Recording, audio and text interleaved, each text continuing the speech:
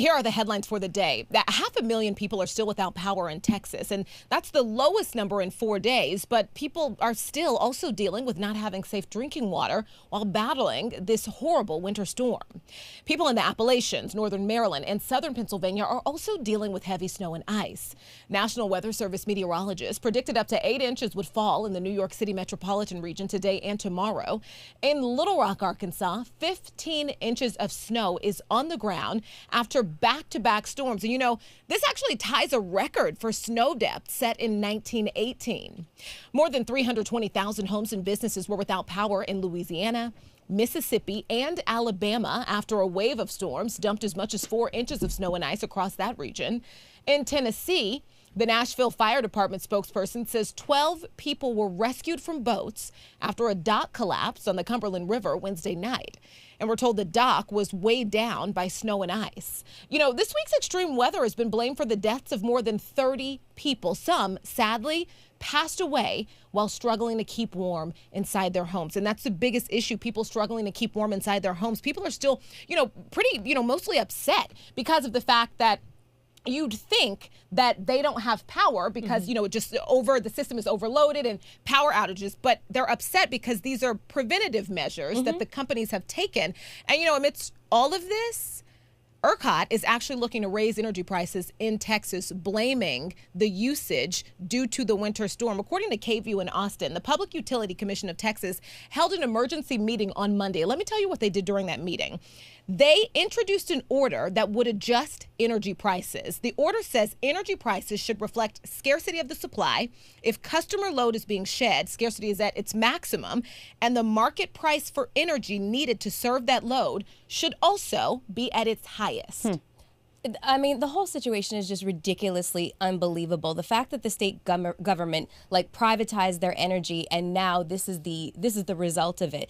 And it's not over. The reality of the situation is that there's more storms ahead. Heads up to the northeast region. There's more potentially deadly storms hitting the South, Mid-Atlantic, and the Northeast with snow and ice. So it's not over, and it's frightening to see how much worse it can actually get. I was reading a story yesterday about this woman in Killeen, Angel Garcia, and her family. They've been trying to keep warm in their powerless home by burning things, including her daughter's toy blocks, in a fireplace, running out of firewood, and they also have a preemie. And they're rationing pre-filled oxygen cylinders for her 5-month premature son, unable to use a machine. So it's story after story after story about how people have literally had to consolidate and make horrible choices. Like you said, Melissa, the storm is expected to head to North Carolina and Virginia in the coming days. So if you know anyone in those areas, make sure you let them know and, check on your families. But also, so someone on Twitter who lives in Texas, she says, even though, lights and things are coming back on, lights and water is coming back on, now they're facing a food and water crisis. So that's going to be the next wave. Tammy Roman, a popular reality TV star, she has a house in Texas. She was crying on Instagram Live yesterday because a house that she bought for her family totally destroyed now. So they're saying that if anyone out of state wants to help and donate, go to Twitter and go to @Houston Food Bank. So they're helping with donations and food for people in need in Texas. Thanks so much for that, Demi. Texas Senator Ted Cruz has traveled to Mexico for a family vacation as his home state struggles with a powerful winter storm that left many residents without power or safe drinking water. The high-profile Republican lawmaker went with his family for a long-planned trip to Cancun and was expected to return immediately, according to a source with direct knowledge of the situation who spoke on the condition of anonymity to share private conversations. Spokespersons for Cruz's office did not immediately respond to requests for comment Wednesday night or Thursday. The revelation opens Cruz to significant criticism in Texas and beyond as he contemplates the possibility of a second presidential run in 2024.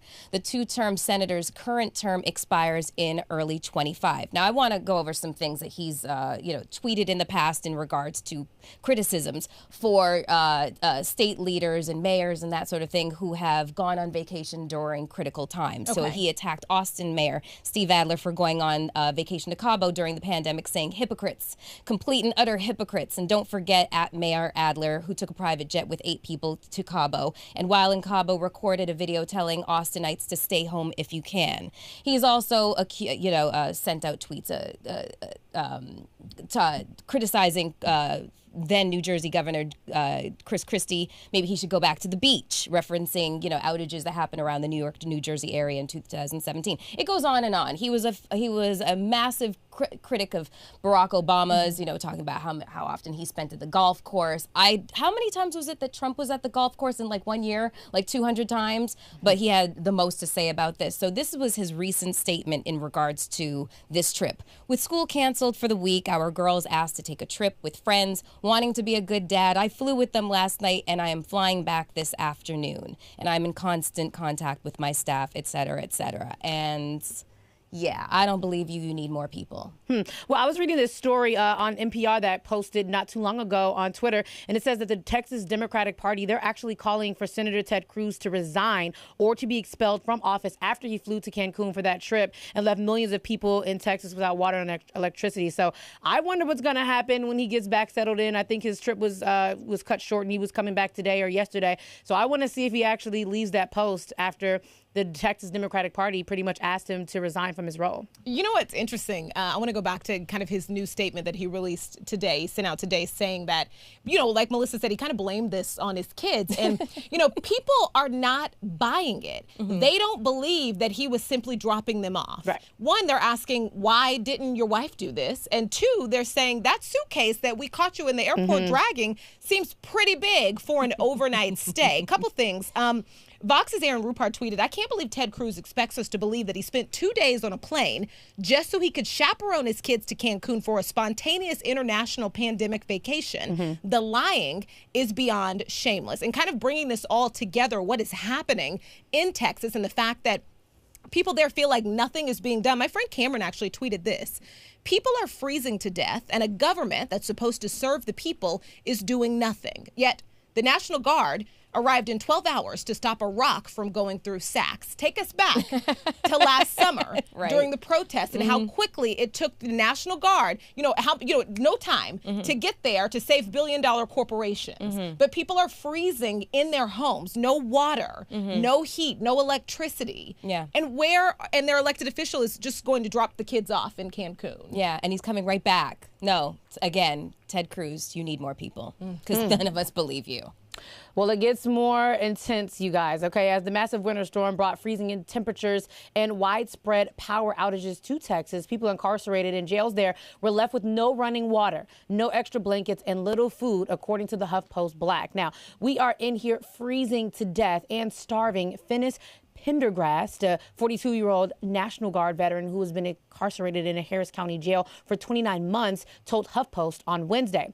Prendergast said that after power went out at the jail around 2 a.m. on Monday, generators kicked in, but power was restored in a limited fashion. Only one of the 5 rows of lights in the dorm lit up and electrical outlets didn't work. He said cool air has been blowing through the vents and they weren't given any dinner on Monday night. On Tuesday night, corrections officers distributed 16-ounce water bottles, which people incarcerated at the facility now must use for drinking, brushing their teeth, and washing their hands. Meanwhile, the 9 toilets in the facility, which are used by dozens of people, have been filled up to the brim with urine and feces. I mean, the people on Twitter, of course, as well as myself, just people in general, are outraged at this because it's bad for someone to be able to sit in their own house on their couch and, have to have a candle. That's bad, and not have water and not have power. But to be incarcerated on top of that, and you have guards who do not care about you, you have a city and a state that does not care about you. I mean, this is absolutely awful. Not having a way to use the bathroom, not having a way to brush your teeth. I mean, of course, they're giving water bottles, but I read a story earlier today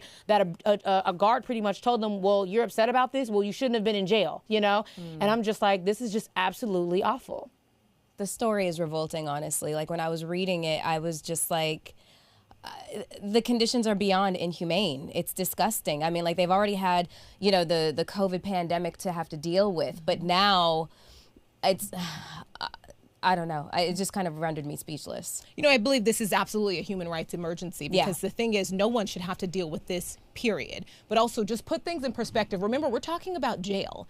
So this means many of the people in this building dealing with this right now are not even going to be found guilty. Many of the people who were there dealing with this are simply there not because they committed a crime, because they are accused of a crime and they couldn't afford bail to get out.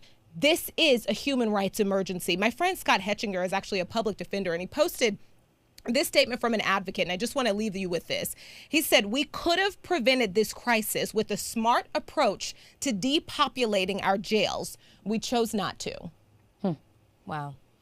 Well, the vote on a South Carolina bill severely restricting abortion in the state grew heated Wednesday when almost every House Democrat walked out in protest of the extremely controversial legislation. The bill, which Republicans voted to move forward after wiping out over 100 proposed amendments, would ban doctors from performing an abortion on a patient if they detect a fetal heartbeat, a highly misleading phrase anti-abortion activists have seized upon in recent years. State Rep. Todd Rutherford said the Democratic caucus is not going to participate in this farce of a vote about pretend life. And yet in this very body, we serve with people that believe that the government should not make people wear masks. It's a form of mind control. They don't want the government to tell them what to do with their health care. Yet we sit here today proclaiming life. A Senate bill, which is number one, and for those of you that don't know, number one means that was the first bill up, the first bill they dealt with. Not 8,000 deaths, not 1,200 deaths because of opioids, but the fetal heartbeat bill.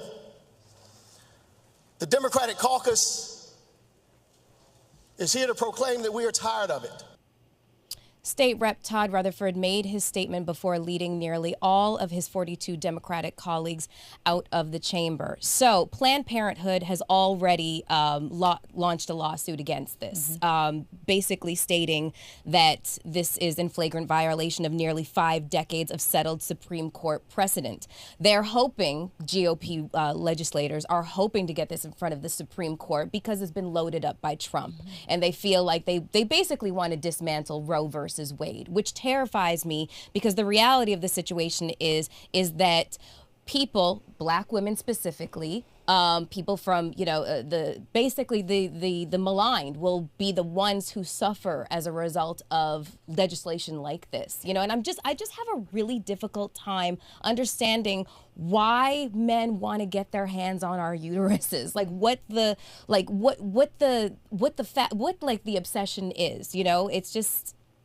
Well, Melissa, the reason why Planned Parenthood decided to do that, because, of course, as we all know, the pandemic has disproportionately affected, the black and brown community as a whole. But black women and brown women are 3 to 4 times more likely to die during child labor. And, like you say, Melissa, I also, too, don't understand what is the fascination with a woman's vagina. I don't understand why you have any part on that, because there are already women that are struggling, families that are struggling to provide for their children right now that are born, and you want to force a woman to have a child into unfair and poor conditions. Potentially, it is absolutely unfair. And what's interesting about this is that this only punishes poor people. That's all this is about. Yes. This punishes poor people, because even if this somehow, after years of legislation, if the Supreme Court upholds this, if you have enough money to be able to travel outside of the state to receive this specific form of health care, because that's what it is, a specific form of health care, then the ban wouldn't affect you. Right. This is just simply a way to further punish poor people. Yes. All right, White House Press Secretary Jen Psaki says President Joe Biden supports a study of reparations, but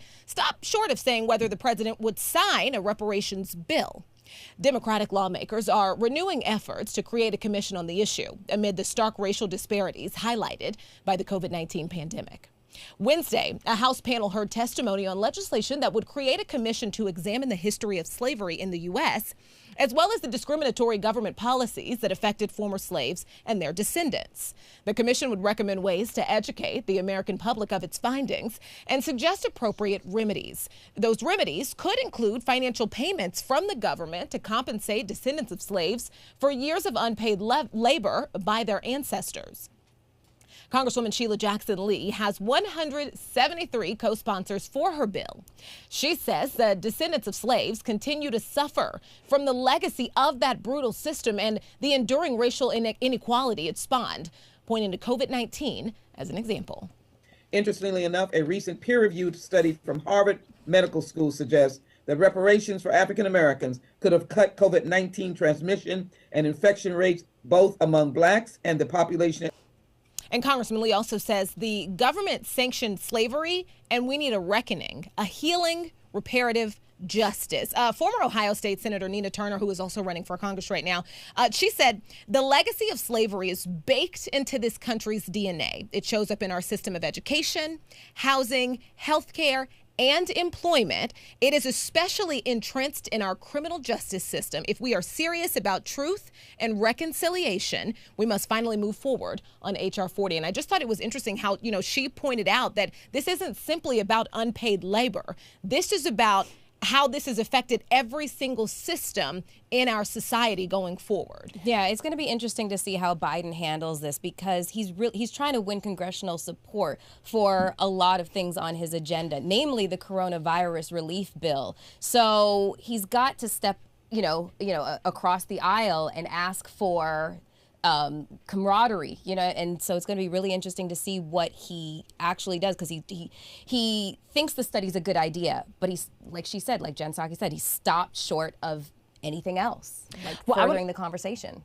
Sorry, I didn't mean to cut you off, Melissa. I want to bring something to you guys' attention. I'm not sure if you guys saw what Herschel Walker did. So I feel the same way about him that I feel about Ice Cube. So he came forward and testified as a witness against the proposal, of course. And so he says that we use black power as a way to create white guilt. He says his approach is more biblical. And he says, how can I ask my Heavenly Father to forgive me and I haven't forgiven my brother? He says reparations is a bad idea because it's just a handout that reminds us that we're black. And so I feel like Herschel Walker, if President Joe Biden wants to repay back millions of Americans for slavery and unjust conditions, please step aside and let President Joe Biden do what he needs to do. I feel like you are not our representative, and reparations is not a bad idea. And if he wants to do what he wants to do, let the man do what he wants to do, okay?